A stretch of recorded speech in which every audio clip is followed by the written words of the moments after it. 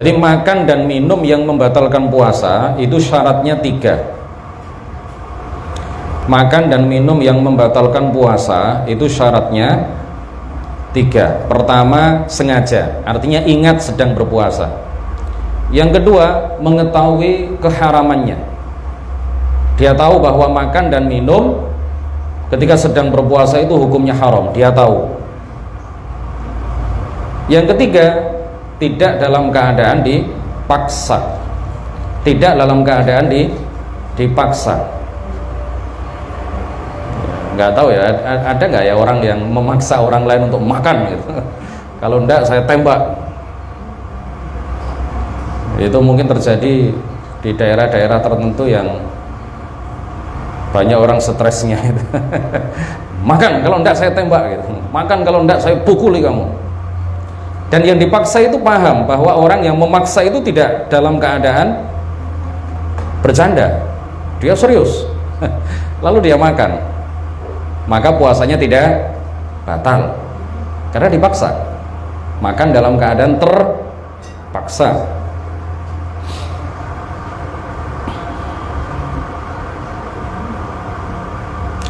Berarti seseorang yang makan atau minum dalam keadaan lupa, walaupun yang dimakan itu banyak, sebanyak-banyaknya, tapi dalam keadaan lupa, maka puasanya tidak batal. Dalam sebuah hadis, baginda Rasulullah sallallahu alaihi wasallam bersabda, "Man nasiya wa huwa shaimun fa akala aw syariba falyutimma shaumahu fa innama at'amahu Allahu wa saqah." Rawahul Bukhari. Barang siapa lupa bahwa ia sedang berpuasa lalu makan atau minum, maka hendaklah ia sempurnakan puasanya, karena sesungguhnya Allah memberikan makan dan minum kepadanya. Allah memberikan rizki makan dan minum kepadanya. Lupa ya, betul-betul lupa, bukan ngelupa. Sungguh-sungguh lupa ya, bukan pura-pura lupa. Sebanyak apapun yang dimakan, puasanya tidak batal. Seenak apapun yang dimakan, puasanya tidak batal. Tapi begitu ingat, loh, saya sedang berpuasa nih, langsung harus dimuntahkan, nggak boleh diteruskan. Kalau sudah ingat kemudian diteruskan, puasanya batal. Jelas ya? Nah, seseorang yang sedang berpuasa lalu ia makan atau minum dan tidak tahu bahwa makan dan minum ketika berpuasa itu hukumnya haram, maka dia juga tidak batal puasanya. Dia nggak tahu. Nah, nggak tahu di sini maksudnya apa? Orang itu baru masuk Islam, selama dia dalam agama yang lama, dia tidak pernah tahu, dia tidak pernah belajar bahwa makan dan minum itu membatalkan puasa. Satu hari setelah masuk Islam, masuk bulan Ramadan, dia niat berpuasa, tapi jam 12, jam 1 dia makan. Dia mengira bahwa yang membatalkan puasa itu hanya berhubungan badan dengan istri misalkan. Dia tidak tahu kalau makan dan minum itu bisa membatalkan puasa. Dia nggak tahu bahwa itu haram hukumnya jika dilakukan ketika dia berpuasa, maka dia tidak batal puasanya. Tapi setelah dikasih tahu, maka dia ya, yang sudah berlalu tidak wajib diqadha. Kenapa? Nggak batal. Yang sudah berlalu itu tidak wajib diqadha karena tidak batal. Tetapi yang kemudian ya, yang akan datang setelah dia dikasih tahu, setelah dia diajarkan kepadanya bahwa puasa itu tidak boleh makan dan minum, bahwa makan dan minum ketika berpuasa itu membatalkan puasa, maka setelah itu dia jika tetap makan dan minum ketika berpuasa, maka puasanya batal. Atau orang yang Islamnya sudah lama ya, sejak kecil dia muslim, tapi hidupnya di pedalaman, di tengah hutan, suku-suku tertentu itu ya, ada yang Islam agamanya, tetapi di sana nggak ada kiai, nggak ada ustadz, nggak ada TPQ, tidak ada lembaga pendidikan, nggak ada orang yang tahu hukum-hukum puasa, primitif sekali, tapi agamanya Islam. Agamanya Islam. Mereka meyakini bahwa tiada Tuhan yang berhak disembah kecuali Allah. Mereka meyakini bahwa Muhammad adalah utusan Allah. Tetapi rincian hukum tentang ibadah itu nggak ada yang mengajarkan kepada mereka. Hidupnya di pedalaman. Lalu ketika bulan Ramadan, mereka makan, mereka minum, dan memang nggak tahu bahwa makan minum ketika berpuasa itu tidak membatalkan puasa. Mereka nggak tahu. Maka puasa mereka tidak batal. Tapi begini, kalau misalkan ada seseorang yang hidup di tengah-tengah lingkungan pondok pesantren, hidup di daerah yang di situ banyak kiai, banyak orang yang paham tentang hukum puasa. Lalu ketika dia berpuasa, dia makan, minum dengan dalih dia tidak tahu hukumnya. Dia tidak tahu bahwa makan dan minum selama berpuasa itu haram. Maka puasanya tetap batal. Puasanya tetap batal. Karena dengan sangat mudah sebenarnya dia bisa belajar. Ini karena keteledorannya saja dia tidak belajar, tidak pernah ngaji, akhirnya nggak tahu tentang hukum dasar seputar puasa. Itu kan dasar itu kan, semua orang tahu. Dia hidup di samping pondok pesantren, dia hidup di samping madrasah ibtidaiyah, madrasah tsanawiyah, madrasah aliyah. Di daerahnya banyak kiai, banyak orang yang paham tentang puasa. Ini karena dia teledor sehingga tidak belajar, kemudian dia tidak tahu hukumnya, lalu dia makan ketika berpuasa, maka puasanya tetap batal. Hukumnya tidak sama dengan orang yang baru masuk Islam tadi. Hukumnya tidak sama dengan orang yang hidup di daerah pedalaman tadi. Paham ya?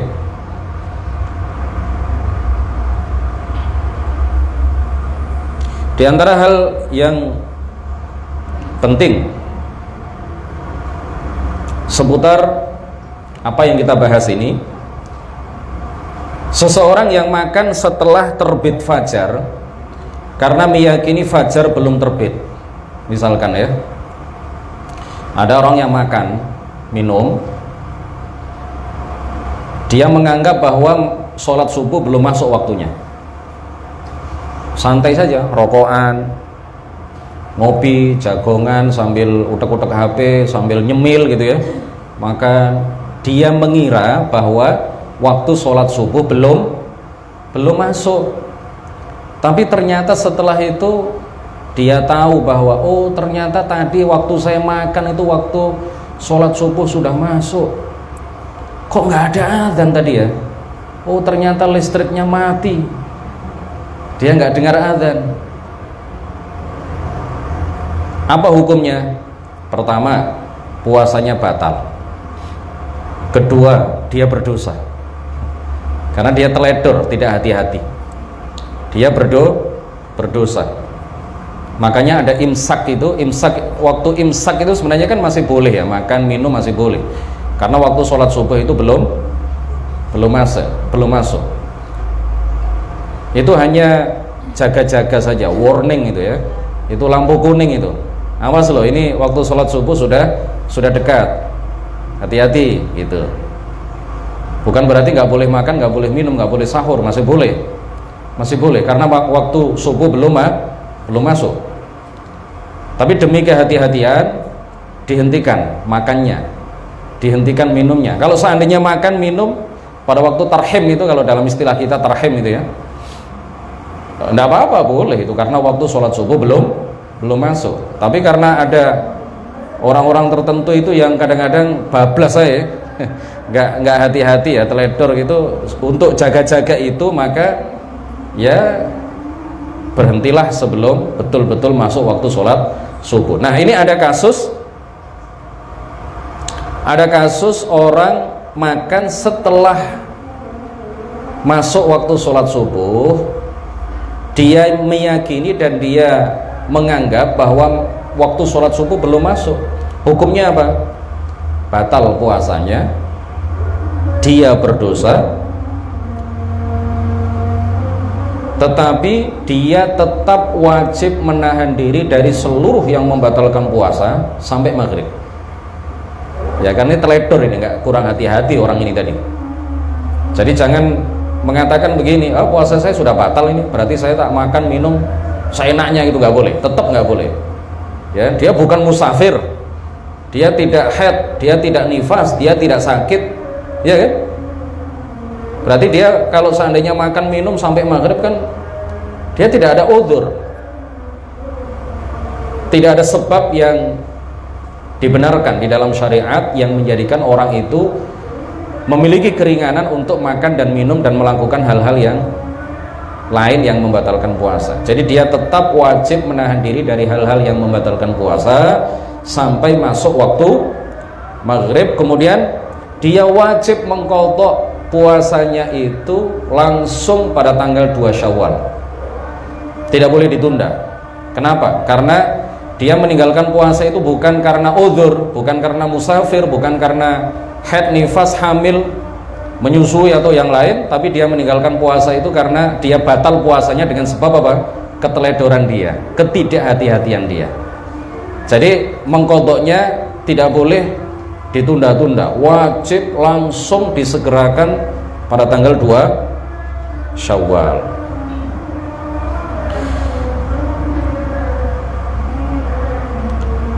Sebentar ya, Sabtu depan ini kita ngaji napa mboten nggih?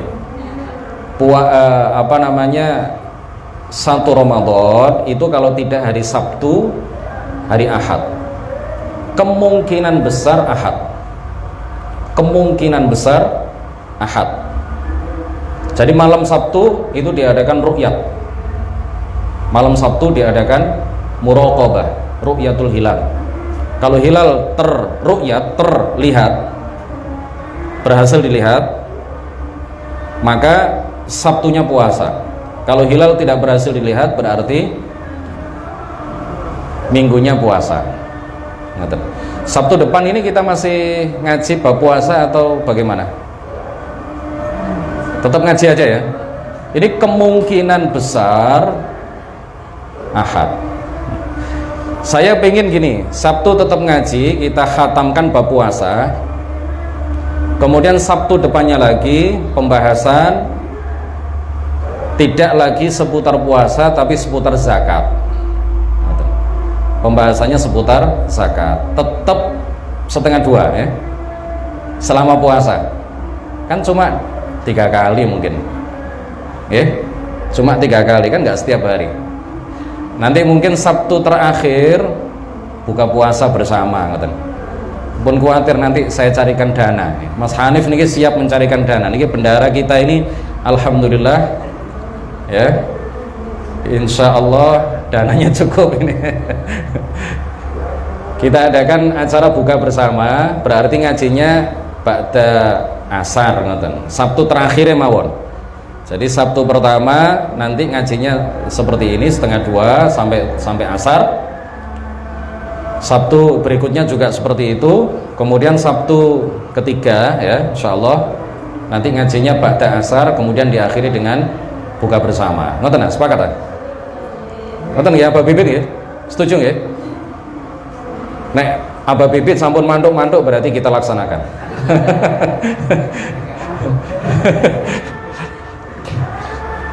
Berarti bab puasa kita selesaikan hari ini atau kalau kita selesaikan hari ini setelah sholat asar kita kembali ke sini. Kalau kita selesaikan Sabtu depan begitu adzan ya, kita berangkat ke masjid, setelah itu udah selesai. Terus bunti? Kayaknya kok nggak selesai nih hari ini. Sabtu depan mawon. Sabtu depan ya. Ya, Bon.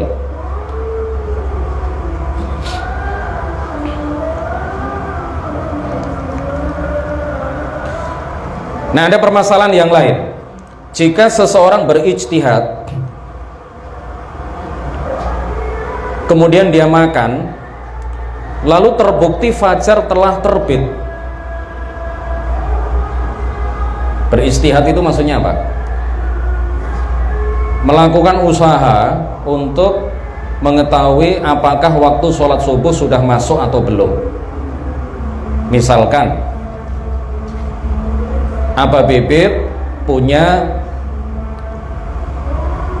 ayam jago, ayam jagonya istimewa ini. ayam jagonya Abah Bibit ini kalau pagi dia tidak berkokok sebelum masuk waktu sholat subuh. Kokok pertama, dia berkokok pertama kali waktu pagi itu biasanya selama sekian tahun selalu pas ketika masuk waktu sholat subuh. Ini sudah teruji dan terbukti. Ini ayam jago istimewa. Jadi kalau jam 2 nggak berkokok dia bangun ya, itu pas waktu subuh. Ini sudah bertahun-tahun ini.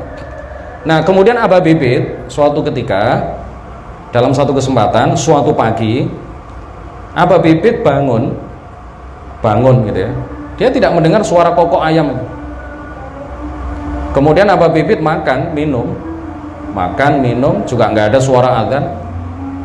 Setelah lihat jam, kemudian setelah keluar dari rumah, loh kok wis padang? Lihat jam 5:30. Lah kok nggak berkokok ayam tadi? Oh ternyata error itu ayamnya itu ya. Itu error pertama kali. Jadi sekian tahun nggak pernah error ayamnya itu. Waktu itu error, sudah masuk waktu sholat subuh tapi kok nggak berkokok. Error pertama kali itu. Karena sakit, ya. Dipegang oleh Abah Bibit, kepalanya panas ya. Ayamnya itu kepalanya panas, makanya dia nggak bangun. Dia bangunnya kesiangan. Kemudian dilihat, kok nggak ada azan juga ya? Oh ternyata listriknya mati misalkan. Nah, gimana? Abah Bibit tidak berdosa. Kenapa? Karena memang beliau itu ijtihad, ya. Ada usaha untuk mengetahui ini waktu sholat subuh sudah masuk atau belum. Kenapa? Berpedoman kepada kokoknya ayam jago yang sudah terbukti, teruji selama sekian tahun tidak pernah meleset, nggak pernah error. Kalau dia berkokok berarti sudah masuk waktu sholat subuh. Kalau dia belum berkokok berarti belum masuk waktu sholat subuh. Ternyata di pagi itu error, ini sakit, badannya panas, demam, jagonya itu demam. Dia nggak berkokok. Abah Bibit mengira kalau waktu sholat subuh belum masuk, makan, minum, ngopi, keluar rumah wis padang, sudah hampir matahari sudah hampir terbit. Dilihat jam, 5:30. Abah Bibit tidak berdosa, tapi puasanya batal dan wajib diqadha. Paham ya? Bukan berdosa, tapi kalau tidak ada ijtihad sama sekali seperti kasus yang pertama tadi, berdosa. Itu karena teledor saja, berdosa itu. Kasus yang sebelumnya tadi ya, sing kula jelasaken wau. Kemudian ada permasalahan lain. Ada seseorang makan sesaat sebelum terbenamnya matahari. Ada orang makan di bulan Ramadan sesaat, 2 detik atau 5 menit ya, 5 menit, 4 menit, 3 menit sebelum seluruh bulatan matahari terbenam. Berarti kan belum waktunya itu kan, berbuka sebelum waktunya. Kemudian dia keluar dari rumah melihat, lah matahari kok masih ada, masih intip-intip itu, masih ada sedikit, belum terbenam semua. Berarti kan belum saatnya maghrib. Berarti dia makan sebelum waktunya berbuka. Apa hukumnya? Puasanya batal. Yang kedua, dia berdosa. Kenapa dia berdosa? Teledor dia, nggak lihat-lihat. Ada orang azan langsung makan, keluar rumah ternyata apa? Bulatan matahari belum terbenam semua, masih kelihatan mataharinya. Berarti kan teledor dia, tidak hati-hati. Mestinya ketika orang azan itu, ya kalau azannya, yang azan itu punya amanah ya, yang azan itu punya amanah. Kadang orang hanya mendengar suara azan di radio, petugas azan yang di Mojokerto mendengar suara azan di radio langsung ikut azan, padahal itu di radio itu untuk wilayah Surabaya. Di sini belum waktunya. Dia begitu mendengar suara azan di radio atau di TV, langsung di sini ikut azan. Ternyata dilihat matahari, oh belum terbenam semua kok wis azan, kok sudah azan. Berarti kan azan sebelum waktunya. Nah, jenengan yang mendengar suara azan dari orang yang tidak punya amanah tadi itu, ya tidak tahu hukum-hukum terkait dengan azan, panjenengan ikut-ikutan terus makan. Oh ini sudah masuk waktu maghrib, lalu makan. Keluar rumah ternyata lihat ke arah barat, matahari belum terbenam. Berarti hukumnya apa? Puasanya batal. Kurang 5 menit padahal, atau kurang 3 menit. Itu loh puasanya batal. Berdosa dan wajib diqadha langsung tanggal 2 Syawal. Wajib diqadha langsung pada tanggal 2 Syawal.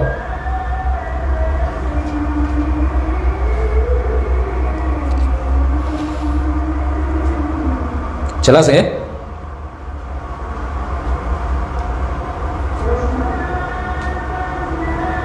Allah Subhanahu wa taala berfirman, "Tsumma atimmus shiyama ilal lail." Kemudian sempurnakanlah puasa hingga malam hari. Malam hari itu batasnya adalah apa? Permulaan malam itu adalah masuknya waktu sholat maghrib atau terbenamnya matahari. Allah memerintahkan kita untuk melakukan puasa sampai terbenamnya matahari, sampai masuk malam. Tsumma atimmus shiyama ilal lail. Kemudian kata Allah, sempurnakanlah puasa hingga malam hari. Makanya hati-hati sebelum berbuka itu, hati-hati, jangan hanya berpedoman kepada suara azan. Kadang yang azan itu tidak amanah. Kadang yang azan itu ya ancene kepengin cepet-cepet nang mangan. Azan sik mari ngono terus makan. Wis pokoke azan wis. Dia tidak lihat-lihat apakah betul-betul waktu maghrib sudah masuk atau belum. Ini di radio itu apakah untuk wilayah Mojokerto atau untuk wilayah Surabaya, dia nggak peduli itu. Pokoknya dengar suara adzan di radio dia ikut-ikutan adzan.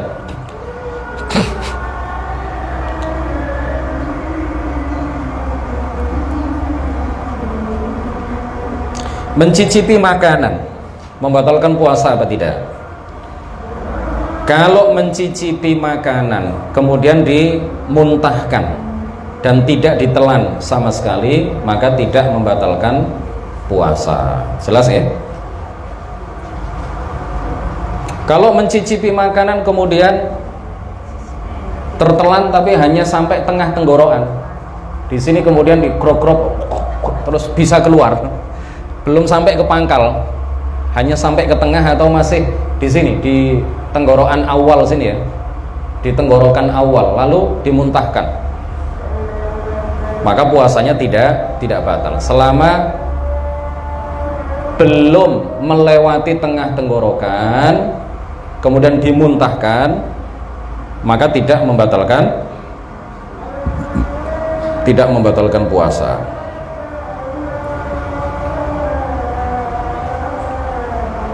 Sampunan ini kita akhiri sampai di sini atau kita lanjutkan sampai khatam? Sabtu depan bahas masalah zakat. Terus nanti sampun ya. Nggih, cek mboten niku. Enten sing kelihatannya agak ngoyo gitu. Matanya keinginannya kepingin ya, pengin itu. Tapi matanya nggak bisa diajak kompromi. Bagi yang agak-agak ngantuk nanti bisa lihat siaran tundanya, ini kan siaran langsungnya nih ya. Bisa lihat siaran tundanya di YouTube. Niki kalau edit ya, kayak salah-salah, kalau pireng akan malih mangke. Ben enten salah-salah ngomong, kalau edit mangke terus kalau upload tenggene, kalau unggah, kalau salap tenggene YouTube. Saged panjenengan ikuti.